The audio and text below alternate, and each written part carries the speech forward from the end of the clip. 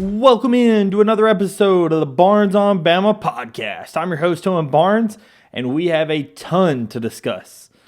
First things first, I want to thank everyone who has commented, liked, subscribed to all these episodes. It really is helping me out. We're on the road to 500 subscribers. If you are not subscribed already, if you could please do so, I really would appreciate it. As always, my content will continue and always forever to be free. It's here on YouTube as well as on Apple and Spotify. If you do hear any ads on Apple and Spotify, that's because I'm partnered with the Believe Podcast Network, and those ads do help out the show.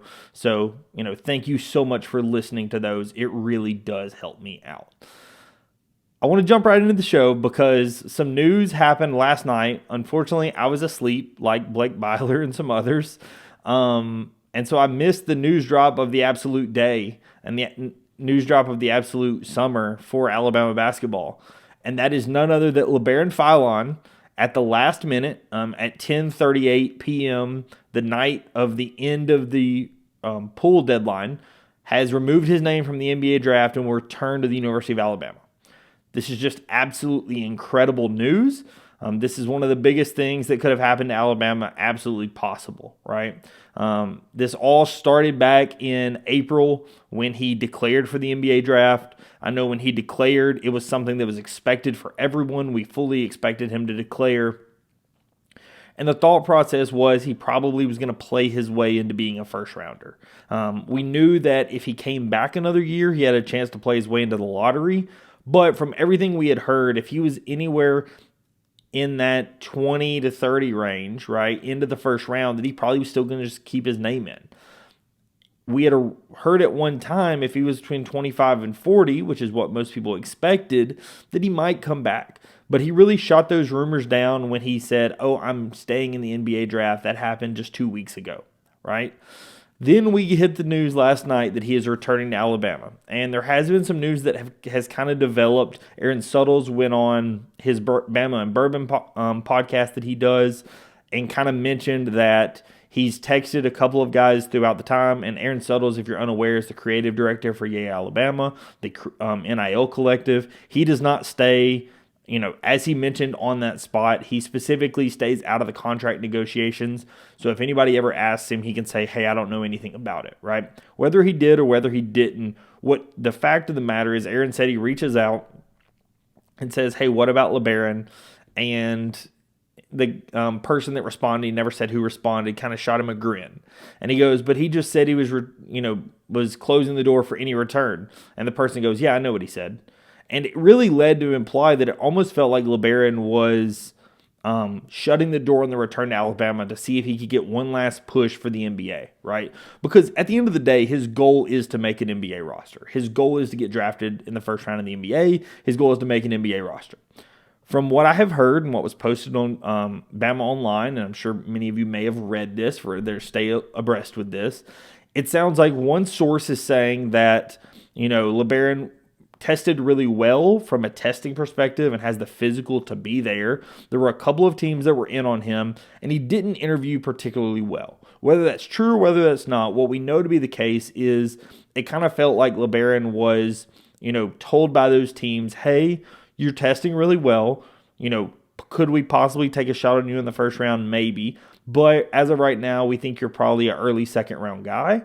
And that's enough for Labaron to want to come back, right? Because he knows that with how well he played, especially toward the end of the season, and how well he came on later, and the fact that he can be the number one guy for Alabama, he brings in, he can come into the roster. He can be that number one guy. He obviously plays incredibly well with Aiden and with the roster that we already have assembled. He loves it here on campus. He's been an Alabama guy through and through. He really, goes into that philosophy of blue-collar mentality. The spot that you talk about Labaron that people, I think undersell his game is his defense. When I think back to Labaron Philon, I think back to the defense that he gave us in that Auburn game, right? Coming down the stretch, people are going to talk about Mark Sears' game winner, and for good reason. But Labaron Philon got a steal, run out for the layup that really got us to be in position to have Mark Sears have that game winner, right? Labaron Philon has been incredible at times in an Alabama uniform. Now, did he have some freshman slumps? Sure. Yeah, any freshman that is getting into a system and coming to the highest level of college basketball typically is going to have a slump. That's completely normal. I wouldn't worry about that at all. But the simple fact of the matter is he averaged over 10 points a game, almost 4 assists a game in the best conference in college basketball history, right? That's a fact, right? He was also playing behind an All-American and another 5-star McDonald's All-American in Aden Holloway that played a huge amount of minutes, right? And as Aden Holloway got more and more comfortable in the system and was making shots at a higher and higher rate, Labaron Philon, wasn't playing the one as much because Aden, he was able to come in and play the one with Aden playing off ball, right? So Aden, what this gives us a guy in Labaron that can play the one. Aden can still play off ball where he plays much better. He's a great shooter, right? Not to say that Aden can't be an on-ball guy because he definitely has the ball handling skills to do that, but he's a great off-ball shooter. So it allows Aden to play off the ball more, and it's going to allow Labaron to get to the rim much more than it potentially did last season because the guy who was getting the rim the most for us last season and was getting those shots, was getting those free throws was Mark Sears. So obviously Labaron can do that. Then Labaron there was a comment made that Nate made during the season that Labaron had to learn kind of throughout the season what it took from a practice perspective to play at the highest level of college basketball, right? Because Labaron came into this as a top recruit, a guy who in Mobile was averaging over 30 a game, a guy who was just absolutely, the game came easily to him, right? When he went to Link Academy, he did really well. When he was in Mobile, obviously he was phenomenal. And so he had to learn what type of practice, what type of preparation it takes to compete at the highest level. Those of us that are aware and kind of heard some of the rumors last season, when he came in, he was giving Mark Sears all he can handle, right? So Labaron has been proving that he can compete at that highest level since he got onto campus as the freshman, right? Now he gets an extra summer to compete. He obviously knows what he needs to work on from the NBA scouts. He can work on, everything that he needs to work on as well as get his shooting better, because when you're looking at the one place of his game that was definitely weaker, it was his shooting. His free throw percentage wasn't terrible at 76%. As a guy who gets downhill and gets to the rim, you'd like to see that bump up a little bit, but 76 isn't awful. His steal rate, at 1.4 is really good. He didn't commit a ton of fouls. His turnover rate wasn't terrible. You'd like to see the turnover rate still drop a little bit, especially if he's going to be handling the ball. But that 3-point rate at 31.5% is the percentage that you would like to see increased. He definitely got better at times as the season went on. He shot 66% against BYU, shot 50% against Duke. He had problems against St. Mary, and he went over 2 against St. Mary's, went 1 for 5 against Florida. So he definitely had some games that were he did not shoot as well. But that's the part of his game where if he can definitely, pick up the 3-point shooting, I think that he can really be a huge addition to come back to this team and to lead this team from that guard spot. And I think that he obviously will be able to play his way easily into the first round for next season. But what this now gives us is the best backcourt in America. And I feel confident. At minimum, you can say it gives us the nation's best shooting backcourt, right? When you're talking about how good of a shooting backcourt this is, I broke down the percentages, and this is including Labaron Philon's 31.5%. The way I did this is for Houston Millette, I did 2 seasons ago, so I did Pepperdine, so that I didn't include his 50% on just 10 attempts. For Latrell Wrightsell, again, I included his entire full season because I didn't want it to be, just the most recent. And then for Jalil Bethea and Aden Holloway and Labaron, I did just their most recent season. For the 2 guys that were hurt, I did their last full season. For the other 3 guys, I did their most recent season. And with those stats, Alabama has a 38% shooting from 3 backcourt. Obviously, all on high volume. We know that Aden and Trelly and Houston and all these guys are able to take super high volume, and in our system, that is incredible. You have guys like Latrell and Aden and, in Houston that are all elite catch and shoot guys. Jalil Bethea, we think that he's going to have that extra step up. Last season, he shot just 32.6% from 3, better than Labaron, but still not at the level that he's capable of. He was, on an AAU circuit was shooting high 40% range or mid 40% range from three. He's a shooter that, has the skill set to be as good as Aiden Holloway, a 40+% shooting guy. Obviously, in our system and the shots that he's going to get, much different than the type of shots he got at Miami. So I do think that he obviously will be able to get some better shots. But simply put, this is the deepest, the strongest shooting backcourt in America, right? And what this gives us is just gives us the versatility to be able to throw out whoever we need. And from a fouls perspective, from an injuries perspective, obviously we hope we have none. We hope we're never in foul trouble. We hope we don't have any injury issues. But if somebody's, slightly banged up with an injured ankle or whatever may be the case, right? Things happen in basketball. So the fact that we have 5 guys that all can pass, dribble, and shoot. The one guy out of this group that I don't particularly want handling the ball a ton is Houston. I think that the other 4 guys definitely can handle the ball. I don't know that they would all be primary ball handlers, but I definitely think they have that ability. Then you see that obviously the other guys that we have on our team that have that ability to handle the ball as well. And then again, just how good of a shooting backcourt this is. This is a team that's going to stress a ton of defenses. Alabama was able to be one of the fastest playing teams in the country last season. A lot of that was because of how fast we're able to play with Labaron Philon and how fast we're able to play with Aiden Holloway. I actually think we were a little slower when we were playing with Mark Sears at times, just because I thought that Aiden and Labaron pushed that pace a little more. The other thing you have to consider is the spacing that we're going to have on the floor, right? Since we bring in Labaron Philon, all the talk in my most recent episode, and I'm going to leave it up for anybody that's curious, but my most recent episode, I talked about Desmond Claude because he was the name that Alabama was linked to the most that was going to be a guard. And we talked about the spacing that we were going to have around him and the fact that even though he wasn't much of a three-point shooter, we were going to have a ton of spacing around him that was going to give him that freedom of movement. Well, Labaron Philon gets that freedom of movement, but also gives us the shooting, right? So now you're going to have a legitimate 5 guys on the floor, a projected starting lineup, and we'll go through this in depth more. But I would project our current starting lineup to be Labaron Philon, Aiden Holloway, Jalil Bethea, Taylor Bolbowen, and Aiden Sherrill. Right? Whether it's Aiden Sherrill or Noah Williamson, you always have a shooting guy there. If London Jemison becomes better, right? And he slides into the starting lineup. If he makes his way into the starting lineup, it's because he's played his way into there, right? What Alabama is giving you so much versatility. When Trelly gets more healthy, right? He could slide his way back into the starting lineup. I could see a situation where Trelly slides his way into the lineup and Aiden stays coming off the bench because he can give you that jolt from the bench. Right? There's plenty of different options that you have with this starting lineup. And I think that it really gives you that ability to play the type of basketball that Nate Oates wants to play, right? Currently, our worst shooting three-point shooter on our team is 7-foot Noah Williamson, who averaged around 1 3 per game. I believe he made 32, 33 threes last season, right? So a 7-footer that made a 3 a game is our worst statistic three-point shooter on the team. I will take that all day, every day, especially given the fact that he's still a guy that makes you step out, right? If you leave him wide open, he has the ability to make that shot. And that's even when he was just playing in a Bucknell system, then I'm sure he didn't get past that shot quite as often as he's going to get in the Alabama offense, right?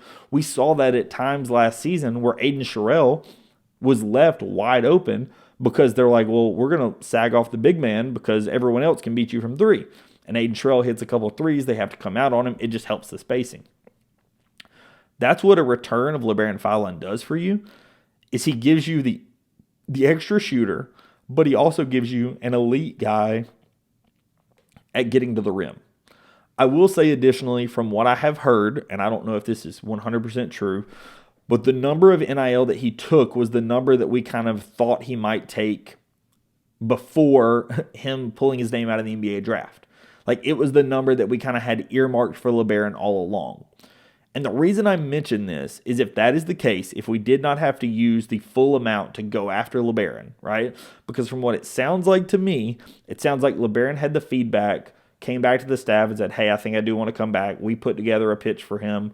We gave him the offer that he needed. He came back to Alabama. Obviously, he loves Alabama. But if we did not have to use all of the money, then from what I'm hearing, we have somewhere between $500,000 and $1 million left to spend. Which, if we don't spend it, that's great. We can put it in the coffers for next year.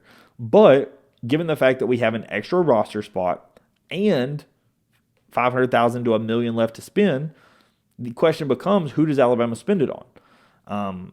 I think that Alabama does go after someone else.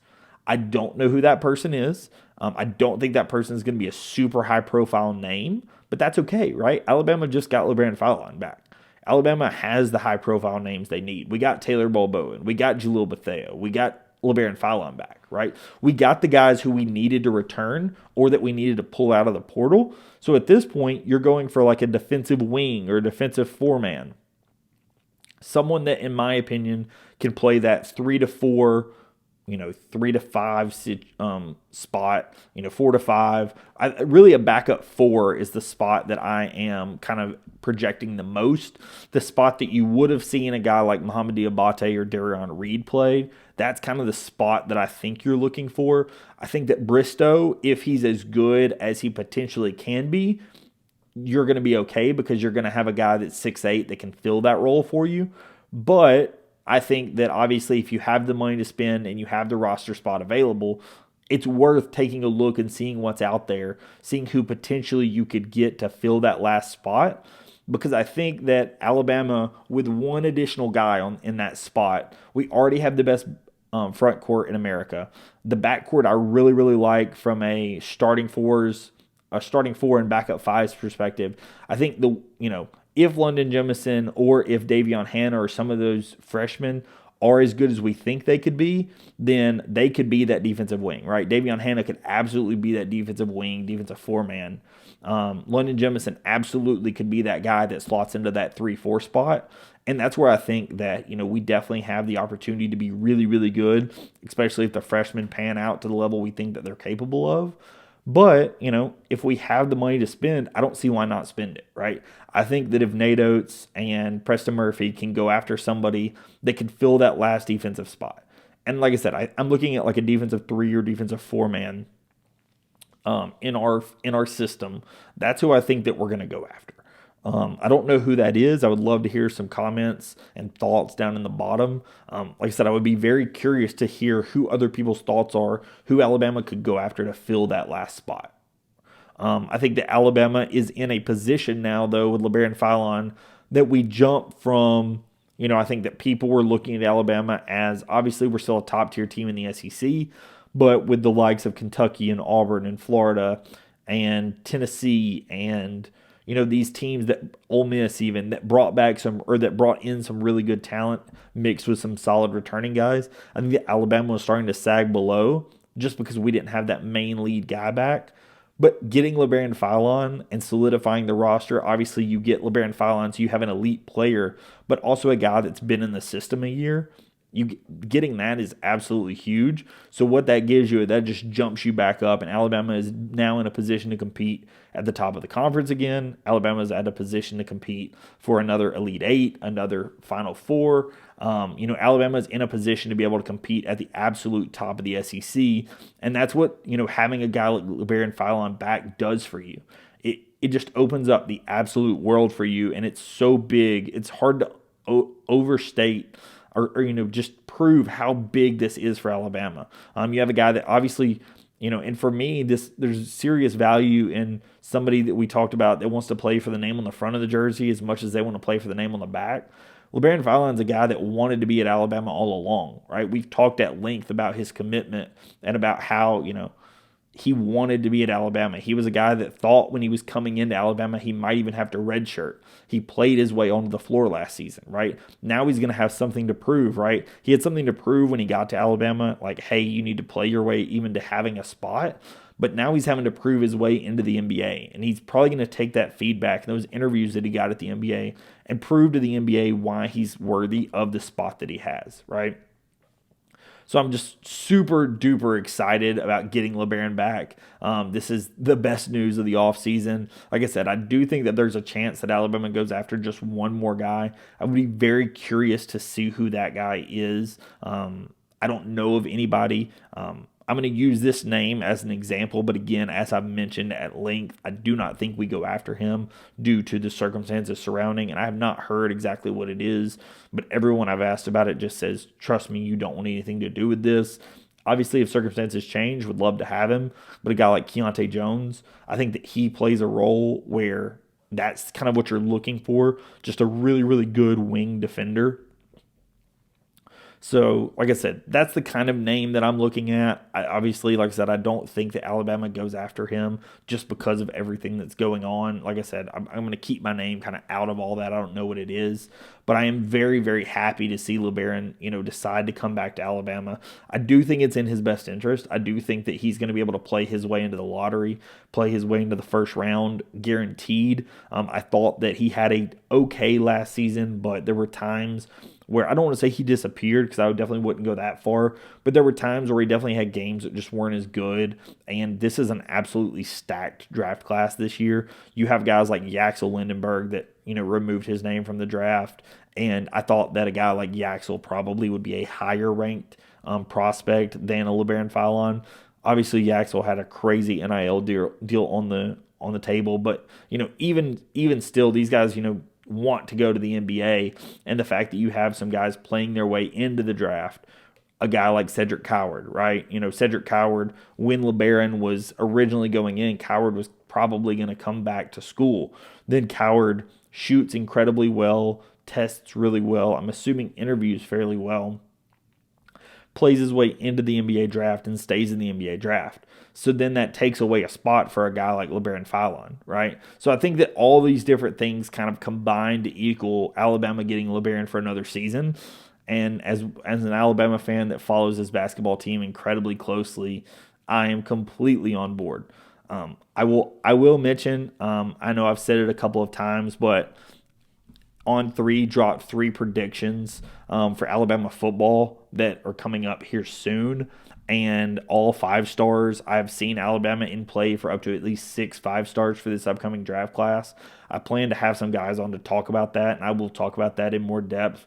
But obviously, I had to cover the Labaron Philon basketball news as quickly as possible because this is the biggest news of the week for anybody that follows Alabama athletics. I got multiple texts about it that I woke up to this morning. Like I said, the one night that I go to sleep a little early, and it bites me because I missed some of the biggest news of the season. So hope you guys will forgive me. Like I said, I wanted to get this out as quickly as possible.